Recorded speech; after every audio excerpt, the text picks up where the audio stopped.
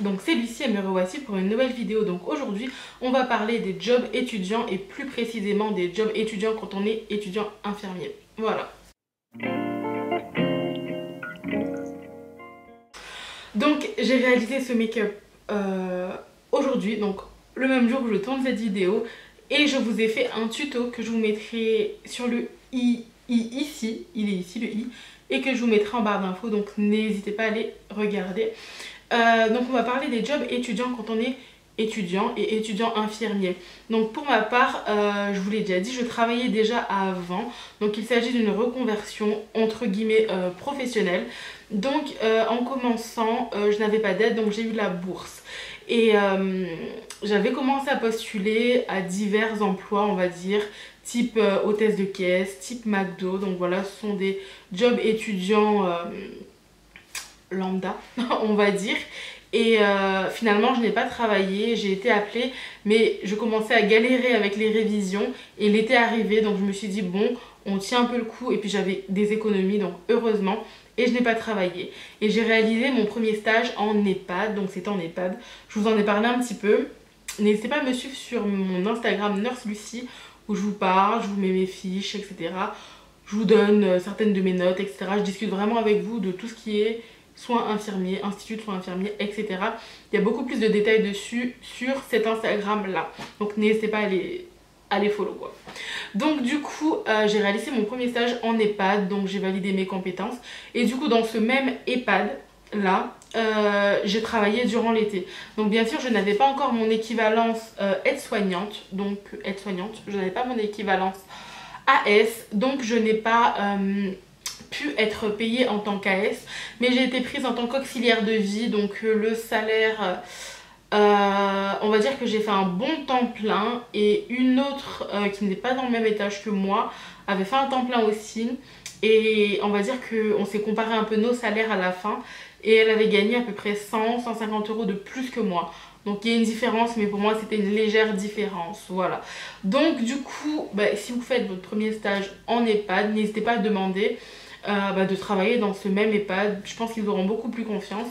Et pas forcément dans le même EHPAD, parce que j'avais postulé à d'autres EHPAD aussi, et j'ai été appelée, donc j'ai pu faire aussi des vacations dans un autre EHPAD dans lequel je ne faisais pas de stage. Donc c'est pas parce que vous ne réalisez pas votre stage en EHPAD ou que l'EHPAD que vous convoitez, donc celui où vous avez réalisé votre stage, ne vous prend pas, vous pouvez toujours postuler ailleurs en tant qu'auxiliaire de vie. Parce que moi j'ai postulé ailleurs, j'ai été appelée à certains endroits que j'ai refusé, qui étaient beaucoup trop loin, et j'ai accepté ce qui m'arrangeait le mieux. Donc cet été-là, c'est-à-dire l'été 2018, j'ai travaillé en temps complet dans un EHPAD. Et on va dire qu'à un moment j'avais une semaine où j'avais pas de vacations, c'est des vacations. J'avais un planning, et j'avais des semaines où c'était vraiment léger. Donc du coup durant ces semaines-là j'ai pu faire des vacations dans un autre EHPAD. Donc en tout j'étais dans 3 EHPAD en un été. Mais vraiment l'EHPAD où j'étais en stage m'a pris vraiment beaucoup de vacations, donc c'était cool. Et il y en a un où j'ai fait 1 ou 2 vacations, et un autre où j'ai fait 4 vacations. Et du coup c'était en tant qu'auxiliaire de vie, et c'était cool. Voilà, donc n'hésitez pas, si vous êtes étudiant, à demander à vos lieux de stage. Pourquoi pas, généralement vous connaissez déjà le lieu, vous connaissez quelquefois les résidents, donc c'est tout bénef, il n'y a pas à vous réexpliquer, il n'y a pas etc, etc, vous connaissez. Et en plus mon stage s'est terminé en mai, et j'ai travaillé en juillet, donc quelques mois après. C'était vraiment très très rapproché, et c'était cool. Donc du coup c'est là que j'ai pu travailler en tant qu'auxiliaire de vie. Donc ensuite l'été j'ai fait des... Enfin l'été, j'ai continué à faire quelques vacations dans ces EHPAD là durant l'année, mais pas beaucoup, parce que les études là, je commençais à galérer au semestre 2. Ça devenait un peu plus compliqué de gérer les deux, donc j'ai pas continué. Donc les filles, je vous reprends un petit peu avec la voix off, car j'ai oublié de vous dire quelques petites choses. Donc j'ai aussi travaillé durant l'année en tant qu'auxiliaire de vie, mais à domicile cette fois-ci. Donc c'était une association. Je trouvais que c'était pas mal bien payé. Donc il m'arrivait de partir le matin, d'arriver chez la personne à 6h, de m'occuper d'elle jusqu'à 7h et ensuite j'allais directement en cours. Ça c'était très compliqué, mais il m'arrivait aussi lorsque je terminais à 17h, il fallait qu'à 17h30, excusez-moi j'ai une voix fatiguée parce qu'il est très tard au moment où je vous parle, donc à 17h30 d'aller, de faire la toilette du soir, le coucher, etc. Préparer le repas du coucher, wally voilou. Pour moi, je préfère être en établissement qu'à domicile, mais néanmoins, ça reste mitigé parce que j'ai quand même bien aimé. Mais c'est vrai que pour moi, je préfère être en établissement. Mais chacun ses choix. Dites-moi vous ce que vous préférez. En tout cas, n'oubliez pas qu'il y a aussi le domicile. Donc moi, c'était en tant qu'auxiliaire de vie. Mais vous pouvez très bien faire du domicile en tant qu'aide-soignante ou même quand vous serez diplômé, être infirmier, faire du domicile aussi. Bon ben voilà, la voix off est terminée. Je vous dis à tout à l'heure, je vous laisse regarder la suite. Donc du coup, cette année j'ai mon équivalence aide-soignante car j'ai validé les UE nécessaires. Donc je compte travailler, enfin faire des vacations en tant qu'AS, voilà. Je vous le dis, donc les UE qu'il faut, déjà il faut avoir 48 ECTS et les 15 ECTS de stage. Voilà ce que j'ai. Et il faut avoir acquise toute la compétence 3S1, c'est-à-dire la 2.11, la 4.1 et la 5.2, ce que j'ai. Et il faut aussi avoir la FGSU que j'ai failli pas avoir. Je vous raconterai, enfin je sais pas.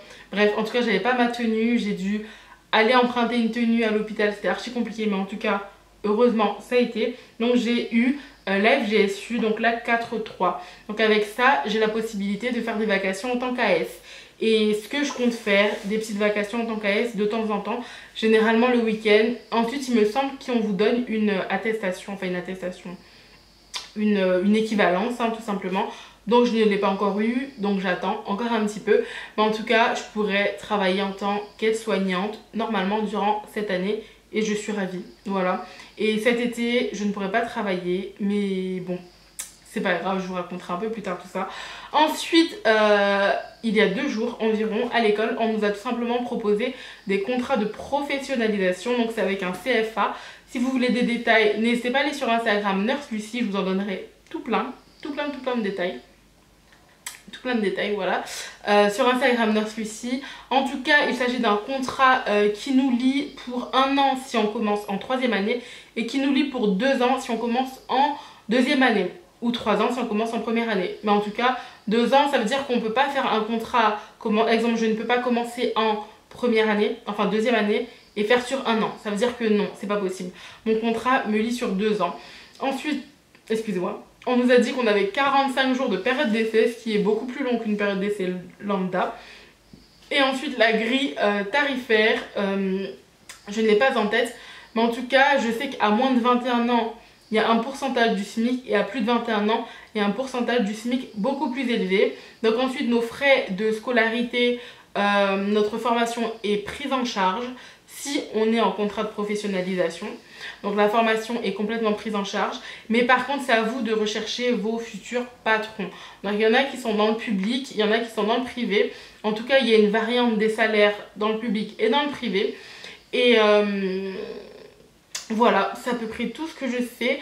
Je sais que vous leur devez 305 heures. Enfin, je vous dis, on a eu la réunion il n'y a pas longtemps.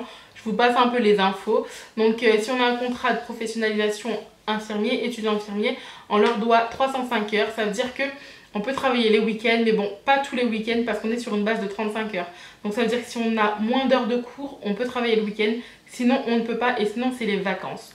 Donc, voilà, c'est à peu près tout. Il me semble, en tout cas, vous avez diverses choses qui s'offrent à vous et dans le contrat de professionnalisation. Après, le CFA est en partenariat avec les IFSI, tous les IFSI de la paix, mais je ne sais pas si votre IFSI, par exemple, je ne sais pas où vous êtes, ils sont en partenariat avec et je ne sais pas si, malgré le fait qu'ils ne soient pas en partenariat, vous pouvez quand même avoir un contrat de professionnalisation. Ça, je ne sais pas, il faudra vous renseigner ou je me renseignerai et venez me voir en privé et je vous expliquerai tout ça si je me rappelle. Mais voilà, c'est à peu près tout. C'est vrai que ça m'avait l'air intéressant quand même parce qu'un contrat de professionnalisation, oula, je me perds, ça permet quand même de rester un petit peu dans le milieu, d'avoir des heures bien définies, et il y a quand même un contrat, ça veut dire qu'on est sûr d'être payé, et on est payé vraiment mensuellement, ça veut dire que tous les mois vous recevez votre salaire, que vous fassiez ou que vous ne fassiez pas de vacations. Ça veut dire que c'est pas comme si je fais que des vacations à l'extérieur, je fais pas de vagues, je suis pas payée. Alors que là on est vraiment payé tous les mois, et il faudra à un moment tout rattraper, donc peut-être en été, peut-être certains week-ends, peut-être certaines vacances. Là ça va plus. Peut-être certaines vacances. En tout cas, vous êtes payé tous les mois sans exception. Et ensuite, vous rattrapez vos heures un petit peu quand vous voulez. Ça veut dire plus d'heures par-ci, plus d'heures par-là. Et à la rentrée, vous avez 3 mois pour trouver un patron, pour faire tout ça, tout ça, tout ça. Et aussi, on nous a précisé que c'est 305 heures, mais que ces 305 heures étaient au prorata, on va dire. Ça veut dire que si vous trouvez votre employeur 2 mois après, vous aurez moins 2 mois dans les 305 heures, donc ça ne fera pas 305 heures tout simplement. Donc voilà, cette vidéo est terminée, j'espère qu'elle vous a plu. En tout cas moi ça m'a fait vraiment plaisir de vous la tourner. J'adore vous faire des petites vidéos, et les petites vidéos ici vous en manquez, vous me l'avez dit, donc voilà, je vous en fais un petit peu. Vous inquiétez pas, les vlogs arrivent, je ne sais pas quand, mais ils arrivent. Bisous, et n'hésitez pas aussi à me follow sur Instagram, je vous mettrai mon petit pseudo ici, donc c'est Lucidy, mon Instagram, et à me follow, ouais, sur Instagram, ça suffira. Et aussi à liker et commenter, je vous fais des bisous. Et n'hésitez pas aussi à activer la petite cloche, parce que certains ne reçoivent pas la notification. Donc voilà, c'est mieux de recevoir toutes les notifications. Voilà, je vous fais des bisous et je vous dis à la prochaine pour une nouvelle vidéo. Ciao, ciao!